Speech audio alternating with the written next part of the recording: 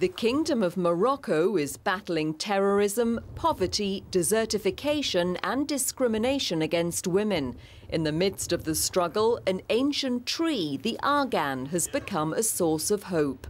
Goats and camels love its leaves and its fruit, from which a special oil can be extracted. It's Morocco's green gold, a key tool in efforts to promote sustainable development in rural areas. The wild argan tree is endemic to Morocco, but over the last 100 years, more than a third of the argan forest has disappeared. From the time of the French presence, thousands upon thousands of trees have been cut down. Today, the argan-growing region of southwestern Morocco is rapidly shrinking. With the species under threat, UNESCO has added the argan tree to the World Heritage List so as to protect it via the UN cultural body's global network of biosphere reserves.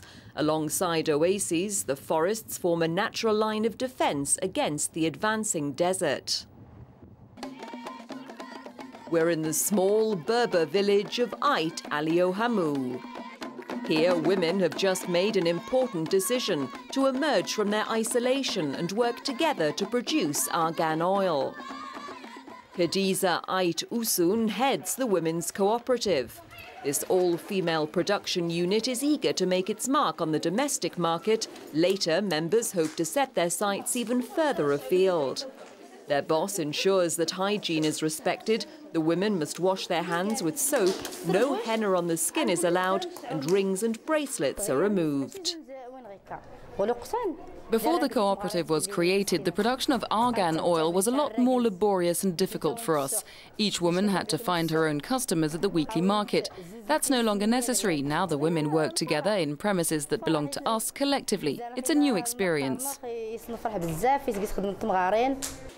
There isn't yet a machine to break the extremely hard argan nuts. Working together, the women talk, sing and increase their productivity. The Argan project, which this cooperative is part of, wants to improve the quality and quantity of oil on the market, as well as guaranteeing a more regular flow of production. Right now, within our workroom, we feel a motivation and an exceptional strength of will compared to before, and we want to take this project forward. We have a drought problem. The argan tree resists drought, so its oil is the only resource I can live off. I'm asking for a fair price for the work I put in. Supported by the Moroccan government and the EU, the Argan project aims to boost women's incomes as well as their social status within their families and villages. Now they're beginning to play an important role in the region's economic life. Before, neither argan oil nor women had a value. Now both are valued and esteemed, and with the creation of our collective, we're proud to generate significant returns.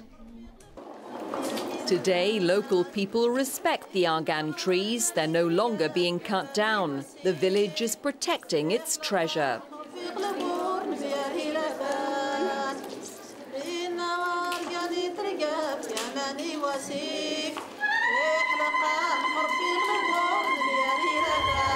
Out and about, the head of the Argan Tree Project is doing his bit. To create women's cooperatives, men too must be convinced. Sadiq Idrissi has already brought together 42 cooperatives, incorporating 2,000 women. His objective for next year is to double the number of those involved.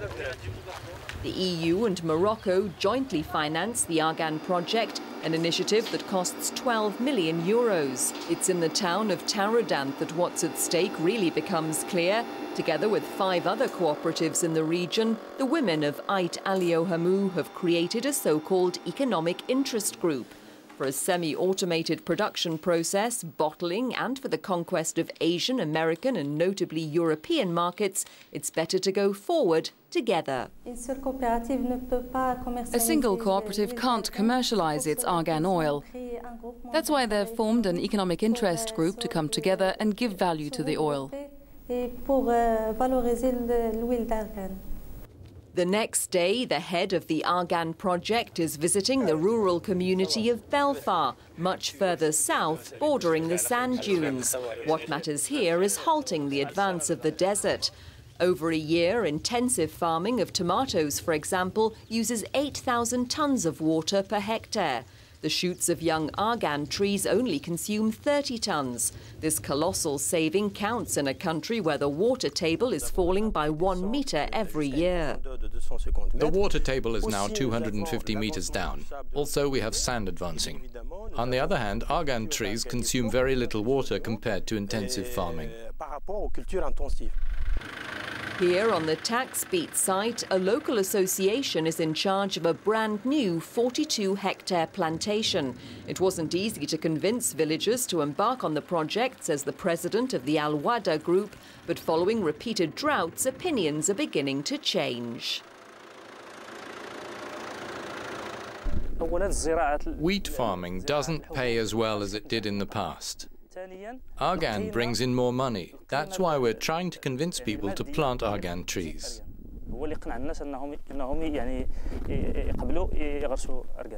Over a period of 5 years, the Argan project plans to plant more than 40,000 young trees over 200 hectares. The advance of the desert and global warming are having a direct effect on Europe. The exodus of rural populations, the south becoming increasingly poor, emigration towards the north. So let's change continent. Montpellier is the last stop on our Argan tour. It's in the French department of Hérault, which finances the planting of thousands of argan trees in Morocco. Then there are private initiatives. Patrick Costi imports argan oil from Morocco and distributes it himself. Rich in vitamin E, it's a health and beauty product becoming increasingly popular with European women. As a food, it forms part of the Berber-style breakfast in the Costi household. Patrick, the son of an apple farmer in Normandy, is married to Fatima, whose family have farmed argan trees in Morocco for 4 generations. First, I invested in a press to extract the oil. Then I set up a company in Morocco at first to develop the market, and then I arrived to develop argan oil commercially in France. There's been a big boom these last 3 years with a 30% increase in sales. Our aim, in fact, is to set up a sort of mini cooperative to get as many people working as possible. In her family's village in Morocco, Fatima now plans to introduce wind power, and she wants to launch rural ecotourism. All her best ideas come to her as she massages her face and hair with argan oil, of course.